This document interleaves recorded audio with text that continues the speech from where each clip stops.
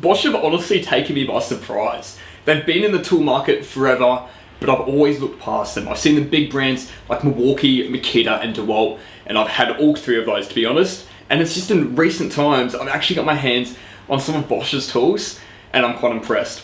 This is their 18V multi-tool. It's the GOP 18V-28 multi-tool. And the coolest feature about this is the Starlock feature. I know this Starlock feature isn't something new to Bosch. Bosch did design the Starlock feature, which other companies have used, but it is a Bosch creation, and they obviously earn all the respect from this. If you don't know what the system is, it's the best blade attachment system ever built. So I've got my multi-tool blade on now. I'm just gonna, on the side here, pull a lever, and that's gonna pop it off. And just for a look on how easy it is to put the blade back on, all we're gonna do is press down on my multi-tool blade on the housing element here. And I'm just gonna push it down, and it clicks into place. And once that blade is pushed down in there, they're just gonna clamp onto it, and that's a tight connection. This is me holding the tool by the blade. I'm gonna wiggle it around. It's not like a faulty thing where it could come off with enough pressure. That is not coming out of there. That is secure. And as we saw before, the way to get rid of that blade is we've got this lever on the side, which you pop open, and it just falls out. Now, there is one downside about this whole mechanism, and it's not to do with attaching the blades. That is perfect. Everything about how this is designed and compact, it's done really well. The problem is with the lever on the side. You can see there's not a lot of room to get underneath there, and I'm almost relying on a fingernail to really pull that up. I think that could be done a little bit better. I understand that they're trying to make it compact, so if you're moving the tool, it's not accidentally going to catch and pull the blade out. I would prefer it that way. I do prefer the blade to be more secure, and it hasn't caused me any trouble. But everyone that has used it has mentioned about trying to release the blade, how it is a little bit awkward to get to. Now, this tool, just for the skin without the battery, costs $365 AUD. We can see it's a very elegant, slim build, and my most favorite thing about multi-tools too is when the blade actually sits lower than the battery. It seems like something silly, something dumb, but it is actually really important when I've got it hard up against the ground and just trying to take a few mil off door jams or something very small close up to the edge of a surface. If the battery sat a bit further down, I'd be going in on an angle and not cutting flat. So with the battery being higher up than the blade, I can get this hard up to walls, hard up to floors, and take off that perfect amount. Now, this thing is powerful. We have 6 different settings on the side, and number 6 right now,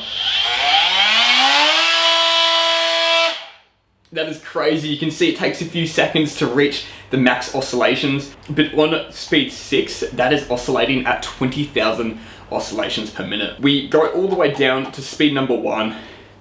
It says here, speed number 1 is 8,000 oscillations a minute. That's a bit more of a comfortable pace. It's not feeling like it's going to vibrate out of my hands, and that is the problem. When you have it up on that high setting, the tool does become a bit uncomfortable to hold. That's not a Bosch design. That's the same with all multi-tools across the range. If there's one that has actually combated that, firstly, I don't know how they would, but let me know. I'll be keen to try it out. For this tool anyway, and for all the tools I use, when you've got it turned up on a high setting, it's going to be uncomfortable in your hand. And talking about uncomfortable, these do produce the worst sound known to man. But that's just something you're always going to get with these tools. In terms of activating this tool, we have just a little switch at the top. You can see we just flick that up, and I don't need to hold anything for that tool to work. I flick that up, it's going to keep going until I push it down again. It's quite slick. I actually am a fan of that design. I've used other ones with triggers, and it's always nice feeling a trigger, but for a tool like an oscillating tool, depending on the job and what you're doing, you're always going to be holding it different ways. So it is nice to just be able to have that easy to use push up little flick switch and be able to hold it and do what you need to do with it. You would have noticed then as well when I turned it on, we've of course got the LED light. This is a nice built light. It's obviously right at the front, shining down on your blade, on whatever you're using, directly in front of the tool. So you're not going to get great light off to the sides if you're doing a side cut. 9 times out of 10, if you need the light, it's going to work. Obviously as well, if I'm using it at the back of the tool and I'm standing here and the light's on the other side of the blade, it will cast a shadow and I won't be able to see right behind the blade.